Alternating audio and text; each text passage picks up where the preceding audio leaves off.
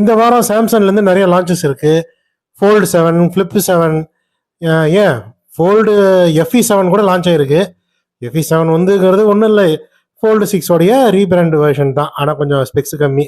ஆனால் இப்போ மேட்ரே என்னன்னு பார்த்தீங்கன்னா, ஒரு ட்ரைஃபோல்டு ஃபோன், 3 வகையாக மடக்கக்கூடிய ஒரு சாம்சங் ஃபோன்.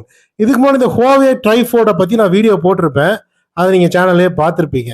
ஆனால் இதில் என்னன்னா, ஒரு அவுட்டர் டிஸ்பிளே, அதாவது இன்னர் நடுவு பேனலில் ஒரு அவுட்டர் டிஸ்பிளே, மற்றபடி சைடில் இருக்க 2 பேனலும் அப்படி மடிச்சிக்கிற மாதிரி. இது எப்படி ஒரு டெக்னாலஜி? நடு பேனல் வந்து அவுட்டர் டிஸ்பிளேவாக இருக்கும், சைடில் இருக்கிற 2 பேனலும் மடித்து உள்ளார போய் ஒரு 3 வகையான ஃபோல்டிங் ஸ்க்ரீன் கூடிய ஒரு ட்ரைஃபோல்டு சீரீஸ்.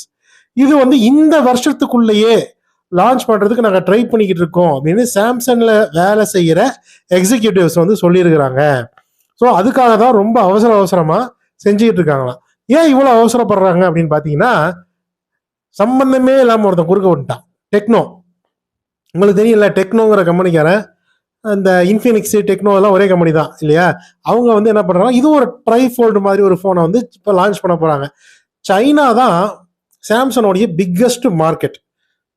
அதனால இங்கே யார் ஃபர்ஸ்ட்டுங்கிறது தான் முக்கியம். டெக்னோ வந்துட்டான் அப்படின்னா சாம்சங்க்கு அது ஒரு மிகப்பெரிய அடியாக இருக்கும். ஸோ இந்த வருஷத்தோட எண்டு பார்த்தீங்கன்னா, இந்த செப்டம்பர் அந்த எண்டுக்குள்ளேயே வந்து இந்த ட்ரைஃபோல்டு லான்ச் ஆகிறதுக்கான வாய்ப்புகள் இருக்குது. டெக்னோ கூடலாம் போட்டி போகிற அளவுக்கு வந்துட்டான் பத்தியா. சரி, ஓகே, எப்படியோ 3 வகையான மடக்கக்கூடிய ஃபோல்டிங் ஃபோன்ஸ் அப்படிங்கிறது இனிமேல் இந்த வருஷம் ரெகுலராக நம்ம பார்க்க போகிறோம். எப்படி இருக்குன்றதை பார்க்கலாம். யாரோட அப்ரோச் டியூரபிளாக இருக்குங்கிறதையும் பார்க்க போகிறோம். சப்ஸ்கிரைப்.